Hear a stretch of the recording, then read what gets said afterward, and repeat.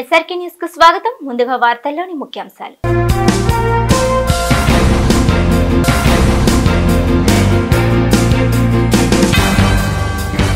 మంత్రిగా బాధ్యతలు చేపట్టిన నారా లోకేష్ శుభాకాంక్షలు తెలిపిన పార్టీ శ్రేణులు.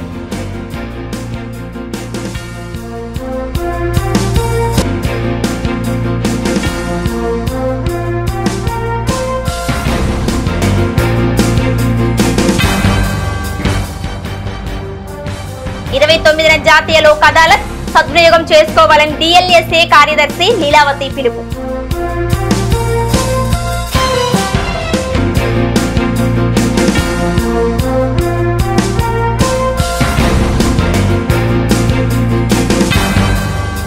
పేరు మార్చారు, సమస్యలు తీరుస్తారు.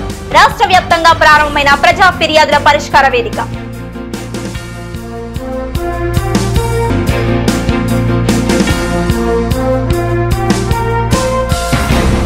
విద్య, ఐటీ, ఆర్టీజీ శాఖల మంత్రిగా నారా లోకేష్ సోమవారం ప్రమాణ స్వీకారం చేశారు. సచివాలయం 4వ బ్లాక్ లోని తన ఛాంబర్ లో ప్రత్యేక పూజల అనంతరం లోకేష్ బాధ్యతలు చేపట్టారు. అనంతరం 16,347 డిఎస్సి పోస్టుల భర్తీ దస్త్రంపై తొలి సంతకం చేశారు. మంత్రులు వంగలపూడి అనిత, సంధ్యారాణి, సవిత, తెలుగుదేశం పార్టీ రాష్ట్ర అధ్యక్షులు పల్లా శ్రీనివాసరావు, ఎమ్మెల్సీ కంచకచెర్ల శ్రీకాంత్ తదితరులు లోకేష్ కి శుభాకాంక్షలు తెలిపారు. ఈ నెల 29న జరగనున్న జాతీయ లోక్ అదాలత్ ని కక్షిదారులు సద్వినియోగం చేసుకోవాలని జిల్లా న్యాయ సేవాధికార సంస్థ కార్యదర్శి లీలావతి పిలుపునిచ్చారు. గుంటూరు జిల్లా న్యాయ సేవాధికార సంస్థ కార్యాలయంలో సోమవారం లీలావతి మాట్లాడారు. సమయాన్ని, డబ్బుని ఆదా చేసుకోవడానికి కక్షిదారులు రాజీపడి తమ సమస్యలను పరిష్కరించుకోవాలని సూచించారు. ప్రస్తుతం ఉన్న కేసులలో చెక్ బౌన్స్ కేసులు అధికంగా ఉన్నాయని, అటువంటి కేసులలో రాజీ కుదిరితే వాయిదాల పద్ధతిలో చెల్లించుకోవడానికి అవకాశం ఉంటుందని చెప్పారు. నర్సరావుపేట, గురజాల మొత్తం అన్నీ అండి, పొన్నూరు ప్రతి కోర్టు ప్రెమిసెస్లో కూడాను ఈ జాతీయ లోక్ అదాలత్ జరుగుతోంది. కాబట్టి కక్షిదారులందరూ ఈ అవకాశాన్ని సద్వినియోగపరచుకొని రాజీ కాబడినటువంటి కేసులన్నీ కూడాను ఇక్కడ మీరు పరిష్కరించుకొని లోక్ అదాలత్ అవార్డు పొందితే దాని మీద అప్పీల్ ఉండదు. మరియు సివిల్ దావాలలో అయితే కనుక మీరు కట్టిన కోర్టు ఫీజు కూడా వాపసు వస్తుంది. సో మీ సమయాన్ని, మీ డబ్బుని కూడా మీరు సేవ్ చేసుకోవచ్చు. మరియు ఇంకా ఏ కేసులు రాజీ పడవచ్చు అంటే కనుక చెక్ బౌన్స్ కేసులు ఉన్నాయి, ముఖ్యంగా అవి కోర్టులలో చాలా ఎక్కువైపోయి ఉన్నాయి. అవి మీరు రాజీ పడితే కనుక ఒకవేళ ఆ రోజు కట్టలేకపోయినా కానీ వాయిదాల పద్ధతిలో కట్టడానికి కూడాను మీకు అవార్డు, మీ ఇద్దరు కలిసి అంటే చెక్ ఇచ్చిన వాళ్ళు, తీసుకున్న వాళ్ళు ఇద్దరు కూడా మీరు ఎలా ఆ ఇన్స్టాల్మెంట్స్ని రిసీవ్ చేసుకోవాలనుకుంటున్నారో అది మీరు చెప్పుకుంటే ఆ విధంగానే అవార్డు పాస్ చేస్తారు. ఈ అవార్డు పాస్ చేసిన తర్వాత ఒకవేళ ఆ డబ్బు కనుక కట్టకపోతే ఇన్స్టాల్మెంట్స్ ఏవైతే మీరు అనుకుంటారో అది మళ్ళీ మీరు ఎగ్జిక్యూషన్ చేసుకోవచ్చు. ఆ ఎగ్జిక్యూషన్లో మళ్ళీ ప్రాపర్టీని అటాచ్ చేసుకోవచ్చు. రకరకాల మోడ్లో ఒకవేళ శాలరీడ్ పర్సన్ అయితే కనుక శాలరీ అటాచ్ చేయించుకోవచ్చు. ప్రాపర్టీని సేల్ చేసి మీరు మీ డబ్బుని తీసుకోవచ్చు. సో ఈ అవకాశాన్ని మీరు సద్వినియోగపరచుకోవాలి. ఇదే కాకుండా చిన్న చిన్న తగాదాలు ఉన్నటువంటి ఈగోస్కి వెళ్లకుండా ఇద్దరు పార్టీలు కనుక వస్తే కనుక ఈ చిన్న తగాదాలు, క్రిమినల్ కేసులు ఏవైతే ఉంటాయో అవి కూడాను అవి సెక్షన్ 323, 325 ఈ సెక్షన్ల కింద నమోదైన కేసుల్ని మీరు కాంపౌండ్ చేసుకోవచ్చు. అవే కాకుండా సివిల్ తగాదాలు ఏవైతే పార్టీషన్ దావాలు ఉంటాయో మరియు మనీ రికవరీ మ్యాటర్స్ ఏవి ఉంటాయో ఇవన్నీ కూడాను మీరు సివిల్ దావాలు ప్రతి ఒక్కటి కూడా మీరు సెటిల్ చేసుకోవచ్చు. లోక్ అదాలత్ అవార్డు పొందవచ్చు. ఇంకా చెప్పాలంటే మనకి బ్యాంక్ మ్యాటర్స్ ఉంటాయి. బ్యాంక్ మ్యాటర్స్లో ఏంటి అంటే ఆ రోజు 29వ తారీఖున మనకి బ్యాంకు హైయర్ అఫీషియల్స్ ఎవరైతే సరైన నిర్ణయం తీసుకొని మీకు ఒకవేళ ఏదైనా కనుక వడ్డీ అవి ధర తగ్గించుకునే అవకాశం ఉన్న వాళ్ళు కూడా మన దగ్గర అవైలబుల్గా ఉంటారు. అటువంటి ఏదైనా బ్యాంక్ మ్యాటర్స్ కనుక మీరు సెటిల్ చేసుకోవాలి అనుకుంటే ఆ రోజు పెండింగ్ మ్యాటర్స్ కావచ్చు, లేదంటే ఇంకా మీరు కేసు వేయకుండా ఉన్న మ్యాటర్స్ ఇప్పుడు కూడా మీరు మన డిఎల్ఎస్ఏలో కానీ లేదంటే కన్సర్న్ ఎమ్మెల్యేలు అంటే మండల్ లీగల్ సర్వీసెస్ కమిటీలు ఉన్నాయి కదా, మనకి కోర్టు పరిధిలోనే ఉంటుంది. జిల్లా మొత్తం ఉంటాయి కోర్టు ఉన్న చోట. అక్కడ కూడా మీరు ఈ రోజైనా కానీ ఫైల్ చేసుకుంటే ఆ రోజుకి బ్యాంక్ మేనేజర్స్ వస్తారు. మీరు వాళ్ళతో మాట్లాడుకొని అక్కడ కూడా మీరు లోక్ అదాలత్ అవార్డు పొందడానికి ఉంటుంది. అక్కడ కూడా మీరు టైం తీసుకొని కూడా అమౌంట్ కట్టడానికి కూడా అవకాశం ఉంటుంది. సో నేను మీ అందరికీ విజ్ఞప్తి చేసేది ఏంటంటే 29వ తేదీ జూన్ 2024 తారీఖున మనకి జాతీయ లోక్ అదాలత్ జరుగుతుంది. కాబట్టి కక్షిదారులందరూ కూడాను ఈ లోక్ అదాలత్ని సద్వినియోగపరచుకొని మీ సమయాన్ని మరియు మీ డబ్బుని ఆదా చేసుకుంటారని కోరుకుంటూ thank you so much. Telugu Desam party అధికారంలోకి వచ్చిన తరువాత స్పందన పేరును మార్చి అమలు చేస్తున్న ప్రజా ఫిర్యాదుల పరిష్కార వేదిక సోమవారం నుండి ప్రారంభమైంది. ఈ మేరకు గుంటూరు జిల్లా ఎస్పీ కార్యాలయానికి బాధితులు బారులు తీరారు. భర్త మోసం చేసిన పోలీసులు పట్టించుకోవడం లేదని ఒకరు, తమపై దాడులు చేసిన అగ్రవర్ణాలపై చర్యలు తీసుకోవాలని మరొకరు, బ్యాంకు ఉద్యోగి మోసం చేశాడని ఇంకొకరు, ఇలా అనేక మంది అనేక సమస్యలతో ఎస్పీ కార్యాలయానికి వచ్చి తమ సమస్యలను అధికారుల వద్ద విన్నవించుకున్నారు.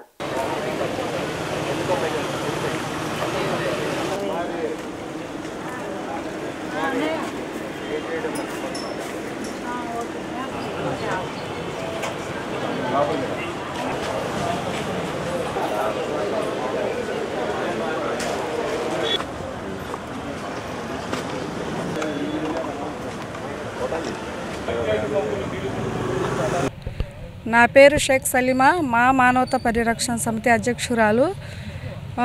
కొన్ని నెలల క్రితంగా ఫలానా గౌసియా ఆ అమ్మాయి పాతగుండ స్టేషన్లో ఒక కేసు పెట్టి ఒక 6 నెలలుగా తిరుగుతుంటా ఆ అమ్మాయి సమస్యని పరిష్కారం చేయకుండా, ఏంటమ్మా రోజు వస్తావు, ఏంది ఎల్లు ఎప్పుడు చూసి, సరేలే వస్తాలే, మీ భర్త మేము ఏం చేస్తాం, తీసుకొస్తావా, తీసుకురాలేము ఏంటి అని ఎప్పుడు పడితే అప్పుడు అమ్మాయికి అసలు రక్షణ లేకుండా, మరి న్యాయం చేసిన అధికారులే అలా అన్యాయంగా మాట్లాడితే మరి ఆడపిల్లలు ఏమైపోవాలండి? మరి వాళ్ళ స్టేషన్లో వాళ్ళు ఉన్నది ఎందుకు? ఆడపిల్ల న్యాయం చేయటానిగా.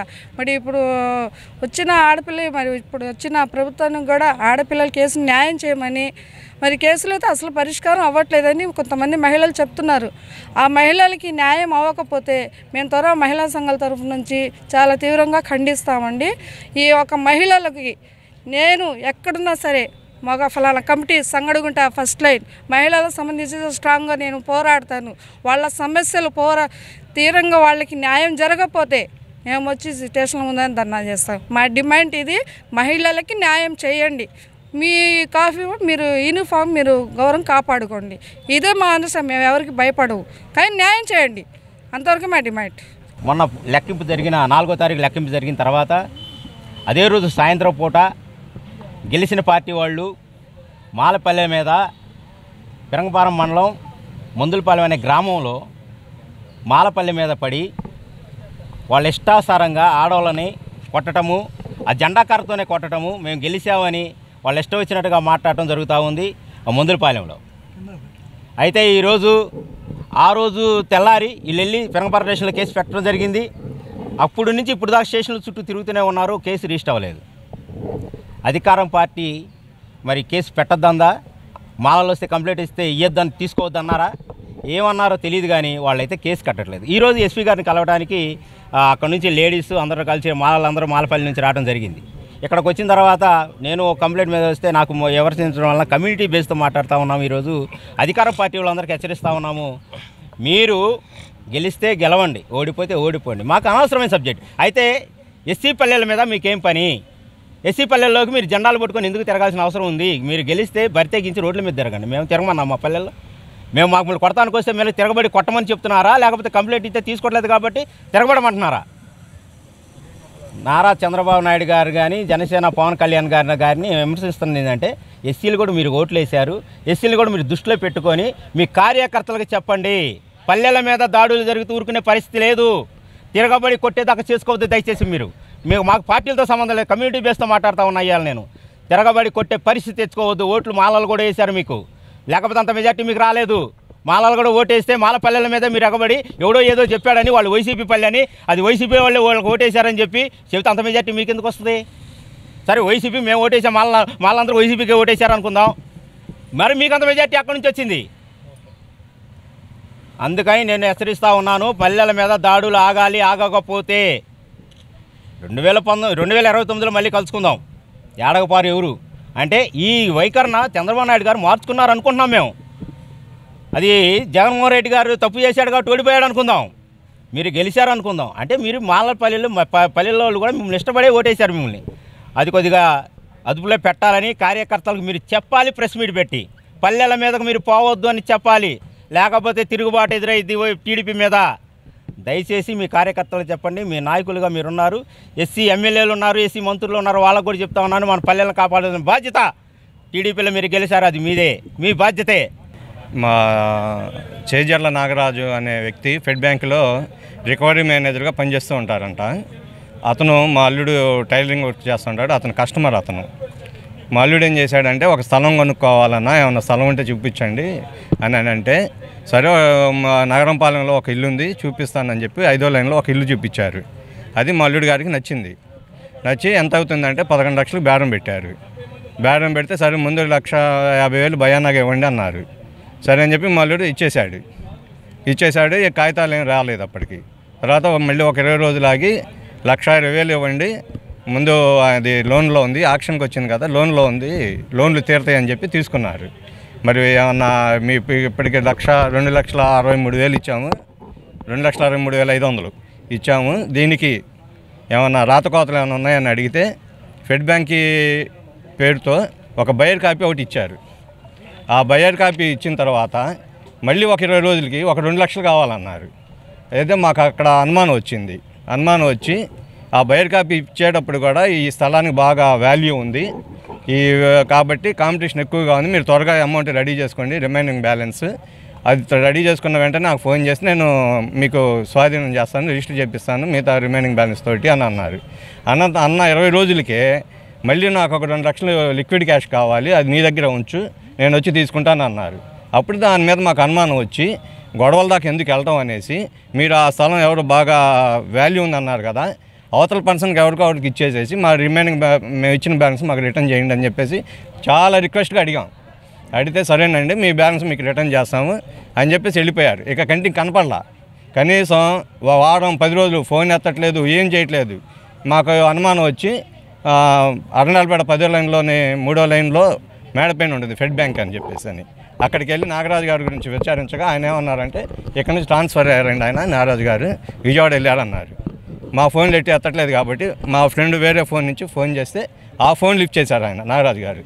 చేసిన తర్వాత ఏంటండి మరి ఏం ఎట్ట చేశారంటే నాకు అనుకోకుండా ట్రాన్స్ఫర్ అయింది, నేను ఏ విషయం గుంటూరు వచ్చి మాట్లాడతాను, మీరు ఎక్కువగా మాత్రం అక్కడ బ్రాంచ్లో కానీ ఎక్కడ గొడవలు చేయొద్దు, గొడవలు చేస్తే మీరు డబ్బులు ఇచ్చున్నారు ఆల్రెడీ, నాకు ఆ డబ్బులు వెనక్కి రావు, మీరు జాగ్రత్తగా ఉండండి అన్నారు. ఎట్లా అని మేము ఆలోచిస్తున్నాం, దానికి భయపడి ఏం చేయాలని ఆలోచిస్తున్న టైంలో మా అల్లుడు కస్టమర్ ఇంకొక అతను ఉన్నాడు భాషా గారు అని, అతనుకి ఈ విషయం చెప్తే సరే మా ఆఫీస్కి రండి మేము చూస్తాము మాట్లాడదాం అన్నారు. అక్కడికి వెళ్ళిన తర్వాత అక్కడ ఈయనెవరో తురకా రామారావు గారు అంట, నరేంద్ర మోడీ గారు నా ఫ్రెండు, మేము అన్ని కార్యక్రమాలు బీజేపీ తరఫున చేస్తూ ఉంటాం గుంటూరులో, మాదంతా సీక్రెట్గా ఉంటుంది, మేము ఇప్పుడు ఎన్నికల కోడ్ ఉంది కాబట్టి మేము బయటికి రాకూడదు అని మమ్మల్ని నమ్మబలికి ఆ చేజల నాగరాజు అని అతనికి మేము సెట్ చేస్తాం మీ అమౌంట్ అని ఆయనకి ఫోన్ చేశారు. ఫోన్ చేస్తే ఆయన కూడా దడుచుకునేది ఒక 50,000 ఇచ్చినట్టున్నారు. ఆ 50,000 25,000 ఈయన కమిషన్ తీసుకున్నారు. భాషా గారును తురకా రామారావు గారు కమిషన్ తీసుకొని ఇదేంటని అడిగితే మిగతా బ్యాలెన్స్ వచ్చిన తర్వాత చూద్దామని చెప్పేసి అన్నారు. వాళ్ళు ఫోన్లు లిఫ్ట్ చేయట్లేదు, ఈ నాగరాజు అనే ఫోన్ లిఫ్ట్ చేయట్లేదు. రిమైనింగ్ బ్యాలెన్స్ ఎప్పుడు ఇస్తారని అడిగితే జూన్ 20వ తారీఖు ఇస్తామని అన్నారు. జూన్ 20వ తారీఖు 19వ తారీఖు నుంచి ఫోన్ చేస్తుంటే 20వ తారీఖు నైటు నాగరాజు వచ్చారు.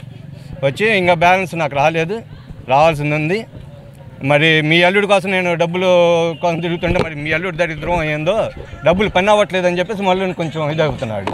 మేము అక్కడికి సహనంతో మాట్లాడి మాకు డబ్బులు కావాలండి, ఇవన్నీ సోచి మాకు చెప్పదు, ఇప్పటికీ 6 నెలలు అయింది, జనవరి నుంచి మీరు బ్యాంక్ అంటే తిప్పుతున్నారు కాబట్టి మాకు డబ్బులు కావాలి 20 అని అడిగితే ఆ డిమాండ్ ఏనండి, డబ్బులు కావాలని ఆయన అడిగితే 26వ తారీఖు దాకా ఓపి పట్టండి తెచ్చిస్తామని అన్నారు. మాకు 26 అంటే ఎల్లుండి బుధవారం, మాకు అది కూడా అనుమానం వచ్చేసింది, బుధవారం కూడా ఇస్తాడని నమ్మకం లేదు. 6 నెలల నుంచి తిప్పుతున్నాడు, 2 రోజులు ఏమి ఇస్తాడు అని డౌట్తో జనవరి నుంచి ఇచ్చాయన పేరు చేజల నాగరాజు గారు, ఆయన ఫెడ్ బ్యాంక్లో రికవరీ మేనేజర్ అదండి. గుంటూరు తూర్పు నియోజకవర్గ ఎమ్మెల్యే నజీర్ అహ్మద్ సోమవారం ప్రగతి నగర్ ప్రాంతంలో పర్యటించారు. డ్రైనేజీలు, రహదారులు అధ్వానంగా మారాయని, వీధి దీపాల వ్యవస్థ అస్తవ్యస్తంగా ఉందని స్థానికులు నజీర్ అహ్మద్ వద్ద ఆవేదన వ్యక్తం చేశారు. ఈ క్రమంలో నజీర్ అహ్మద్ మాట్లాడుతూ రానున్న 15 రోజుల్లో ప్రగతి నగర్ లో మంచినీటి సమస్యతో పాటు మౌలిక సదుపాయాల కల్పన కోసం కృషి చేస్తామని వారికి భరోసా ఇచ్చారు. పార్టీ నాయకులు, కార్యకర్తలు, జీఎంసీ సిబ్బంది ఈ పర్యటనలో పాల్గొన్నారు.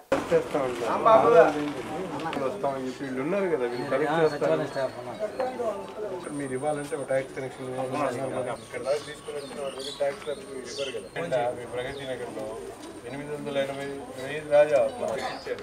మిగతా ఇళ్ళకు కూడా రేపు ఎల్లుండో సరే ఒక నిమిషం 3 రోజులు వచ్చేయమ్మా 3 రోజులు చేసి ముందు ఆర్ఐ గారితో వాళ్ళతో మాట్లాడదాం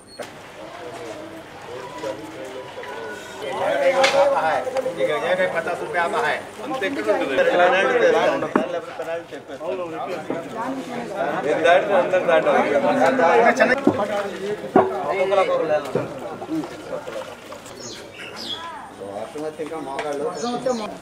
రోడ్లు వేసినా ఉపయోగం ఉంది దీనిలో అన్ని సైడ్లో ఉండి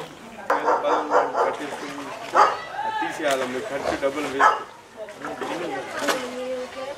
ఈరోజు గుంటూరు నగరంలో దాదాపు 18 సంవత్సరాల నుంచి ఉన్నటువంటి ప్రగతి నగర్ ప్రాంతంలో వందలాది కుటుంబాలు దాదాపు 1000 కుటుంబాలు నివసించేటువంటి ప్రాంతానికి 18 సంవత్సరాల్లో కనీసం రోడ్లు, డ్రైన్లు, వీధి దీపాలు లేనటువంటి పరిస్థితులు ఉన్నాయి.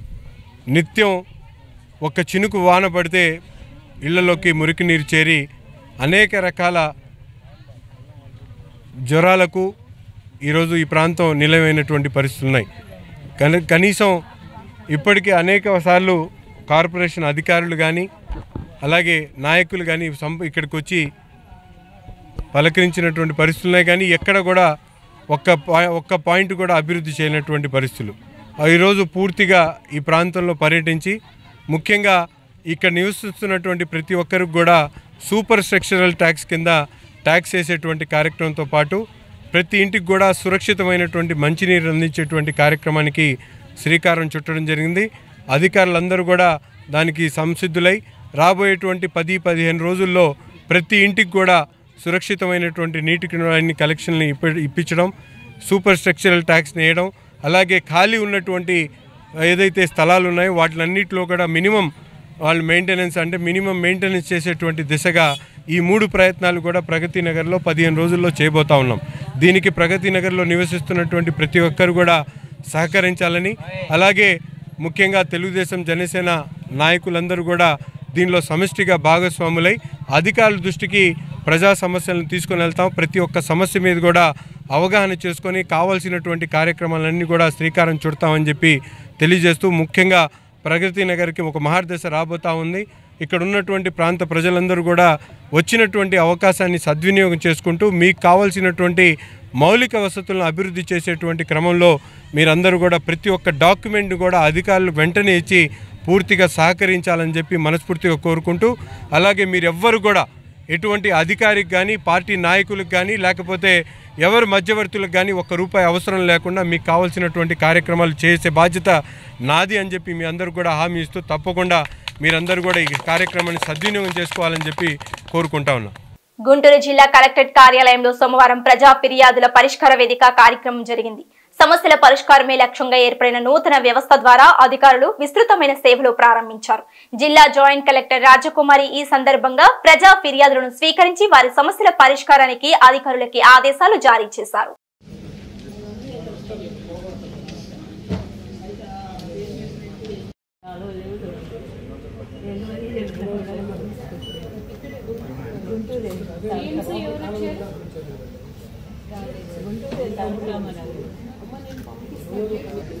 అందులో బాగా నీళ్ళు కూడా తిరిగినాయి.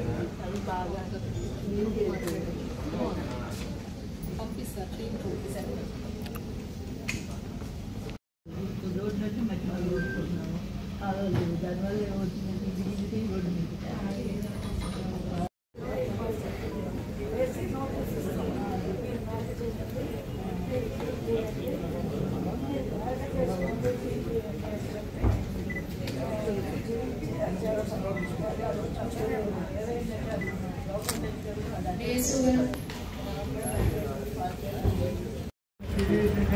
Don't talk.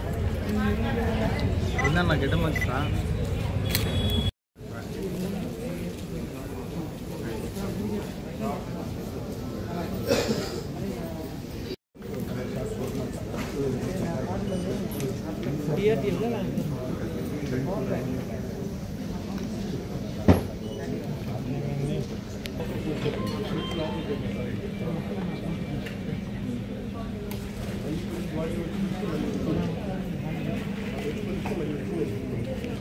Police department. ఏడీ సర్వేలు.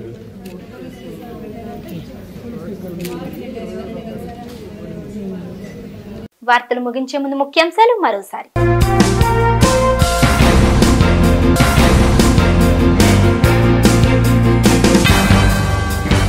మంత్రిగా బాధ్యతలు చేపట్టిన నారా లోకేష్ శుభాకాంక్షలు తెలిపిన పార్టీ శ్రేణులు.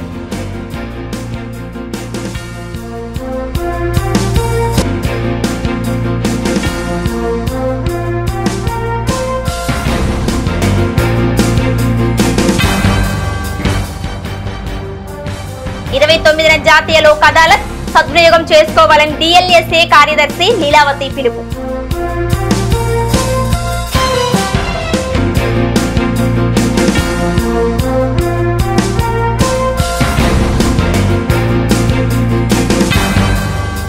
పేరు మార్చారు, సమస్యలు తీరుస్తారు.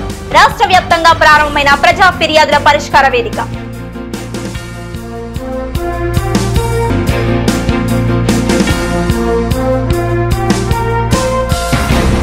ఈ వార్తలు ఇంతటితో సమాప్తం. నమస్కారం.